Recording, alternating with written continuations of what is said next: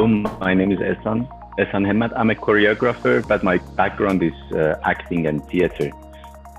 For this production, which I must say is an intergenerational production, I'm working with my uncle, that is a classical actor, and I'm looking at my uncle as an existing archive. I say theater background made me make this performance looking into the classical structure of a theater performance, but bringing new content into the work. Now that is to have to combine two different practices, contemporary practice and a classical acting practice.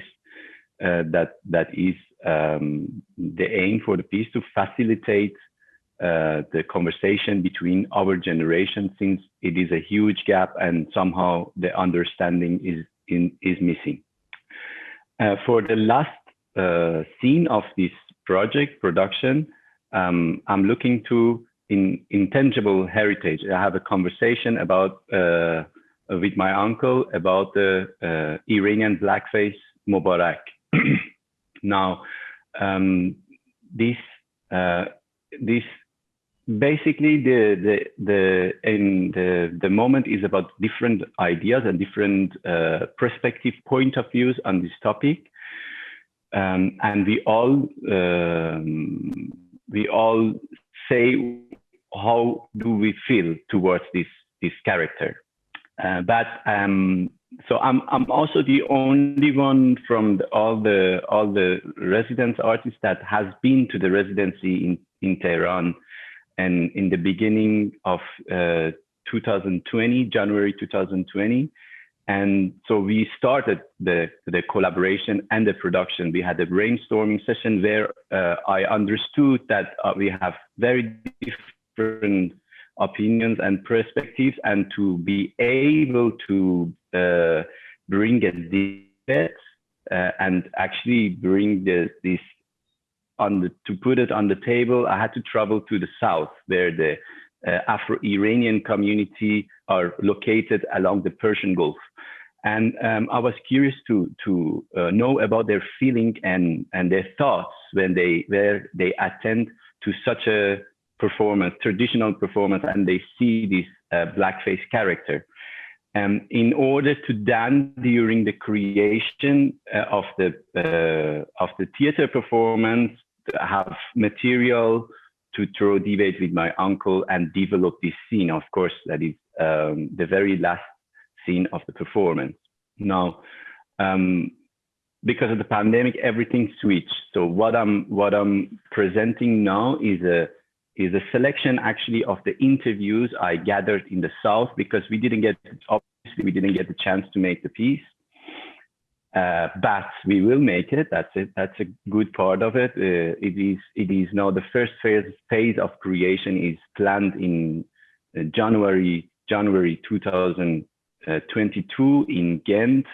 We will show a tryout in Ghent, and then in 2023 we finish the piece. We have the premiere and hopefully a few shows after that.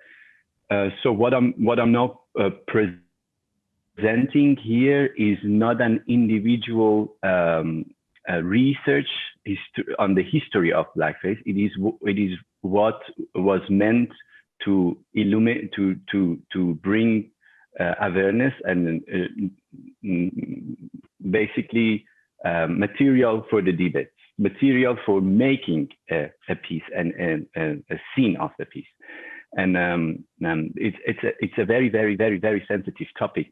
Actually, this past year in Iran, the debate was more strong on the blackface and how we should react toward it. And this past March, 21st of March, which is the Persian New Year, the city of Tehran forbid the activities of the blackface because it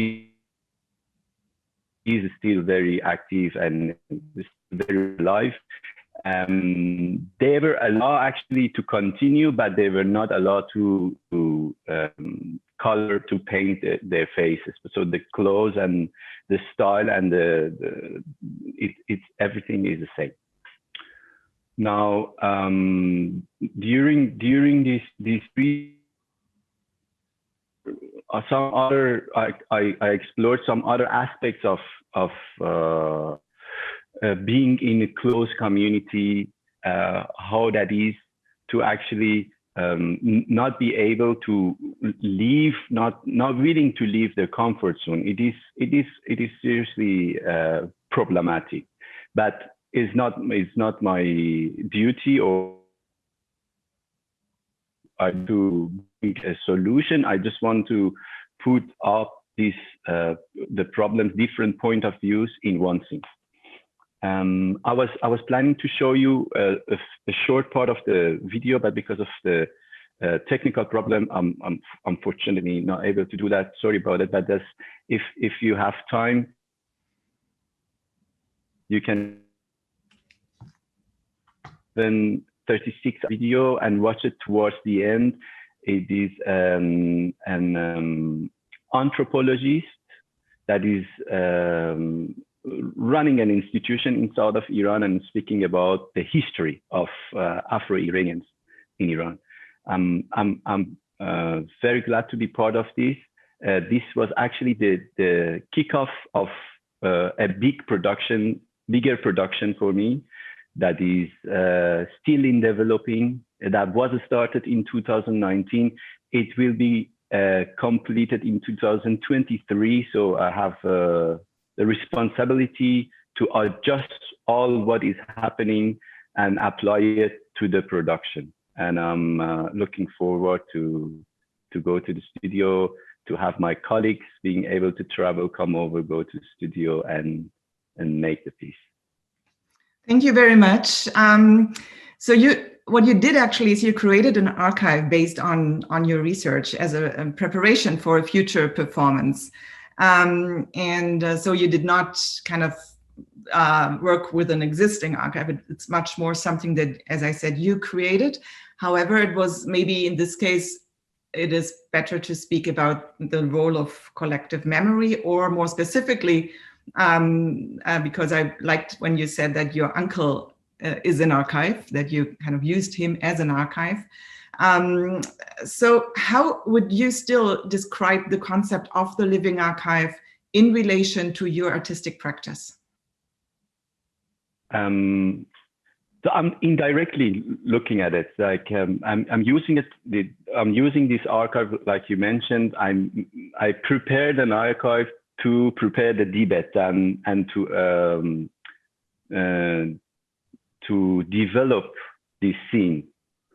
Now, while working on that, I actually realized that it was in the beginning, as you know, it was called unrequested heritage, but it is pretty much related to intangible heritage, which is a living process. It changes. Like when I moved from Iran to Belgium, I received a lot of other intangible heritage. So it is a living process, and it changes all the time. And I'm actually using those changes. My point is those changes, like how we can accept, understand and analyze the situation now, right now, and adapt to it, and not stick to something that is cultural and very respectful, but obviously some of the cultural issues has been changed and should change in the future, so we can continue towards a better development of our culture.